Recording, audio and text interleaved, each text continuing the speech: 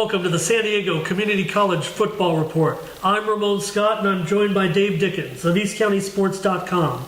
Dave, our Tom Sachs is reporting that Southern California Football Association Commissioner Jim Sartoris announced in an email to SCFA member colleges' athletic departments that the Fullerton Hornets have been put on a 2-year probation due to the use of ineligible players. All 2017 regular season football game wins in which identified ineligible players participated in have been vacated. It appears those games will go into the books as forfeits. Fullerton's 2017 National Division Southern League Championship has also been vacated. Fullerton's football program has been suspended from 2018 postseason competition, and 2018 wins in which identified ineligible players participated have been forfeited.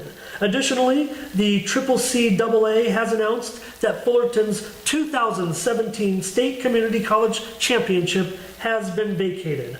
Sartoris said in the email that Fullerton self-reported the infractions, but it is unknown who the ineligible players are and which games they participated in, so it remains clear which of the Hornets' wins from this season have been vacated or forfeited.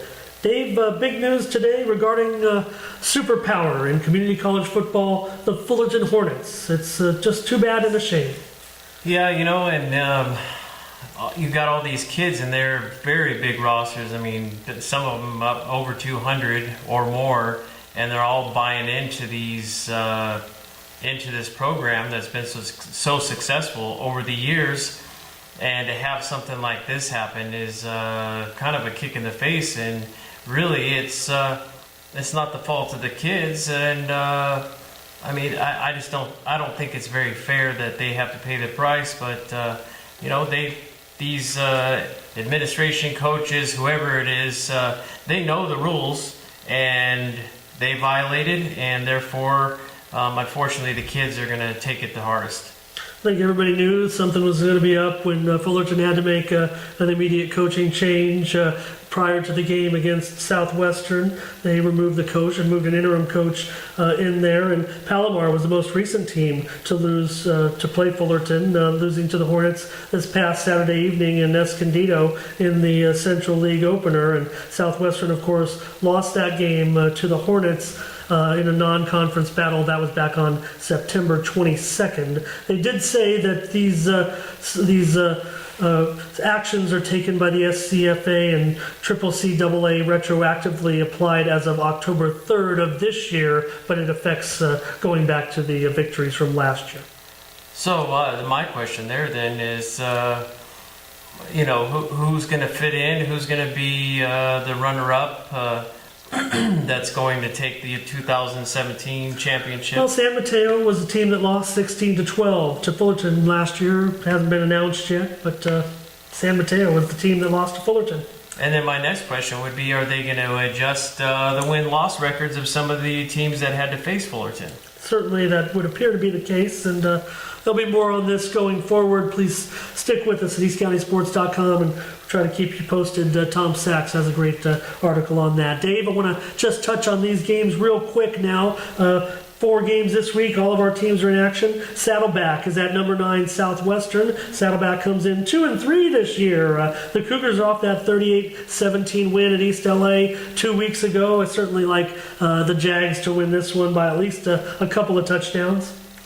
Absolutely. I mean, you can't say enough good things about Southwestern right now. I think they're full speed ahead. They got one of the best defenses right now in Southern California, and they can rely mostly on that. But then they also have a great offensive line, and DeMonte Morris has been doing fantastic.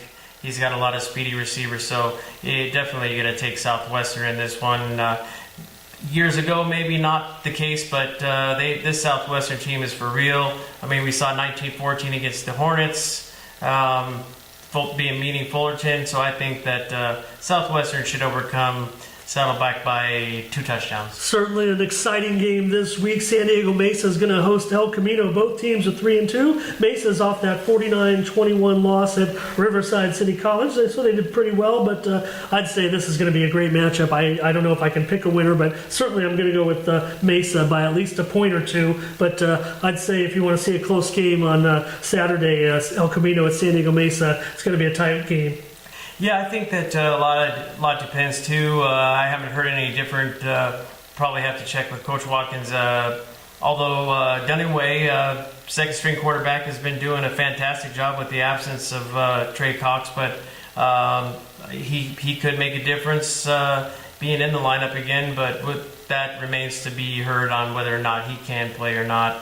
But there's enough playmakers. San Diego Mesa has impressed me this year, beating teams like Golden West. They handled the Rustlers quite well. So, yeah, this one is probably going to be the game of the week as far as our local community colleges. I'm going to take Mesa by 7. Dave, number 8, Mount San Antonio College is going to come in to take on Palomar at Cougar Stadium in Escondido. Palomar had a nice performance in the 56-31 loss at home to Fullerton last week. Now the Comets get another tough visitor. But, Dave, I want to talk about the interception by Palomar's Jihad Hightower. You almost went viral with your video. That was such an incredible catch. Can't believe it wasn't on SportsCenter. It would have went viral, Dave. We just don't have enough followers. I'm talking about the one-handed catch, the interception in the corner of the end zone by Hightower. In this game, Mount San Antonio and Palomar, I certainly like Mount Sac to win this one by a couple of scores. How about that catch? You were right there with Hightower.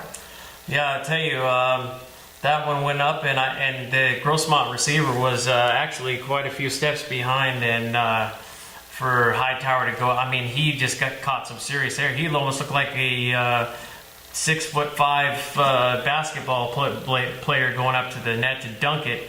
But he made one of those Odell Beckham type catches.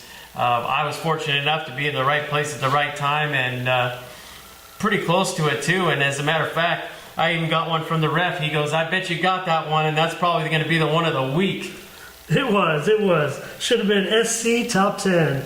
The Grossmont Griffins are going to take on Riverside City College. In our final game we're going to talk about this week, Grossmont was last seen 2 weeks ago in the 35-24 loss to Palomar, but Riverside is probably the best team around, not named Fullerton. Yeah, just like Palomar has had and a couple of other teams, but in particular Palomar and Grossmont have suffered a lot of the injury bug, Grossmont in particular at the quarterback spot. I think that's really where they're falling behind. But they made a game out of a lot of these games lately. But against Riverside, I mean, we talked about it earlier in the season. Even more so than Fullerton, it's like putting 3 teams. They're going to be so fresh against a Grossmont team that's pretty beaten up and. It would be nice to see an upset. Grossmont get a win on the season, or at least keep it competitive. But Riverside just has too much. I'm going to say Riverside by 4 or 5 touchdowns. Well, we'll catch up with all of our teams next week. All 3 of them are coming off the bye, and then we have this breaking news. So we'll catch up with the teams next week. For Dave Dickens, I'm Ramon Scott. Thank you for joining us on the San Diego Community College Football Report.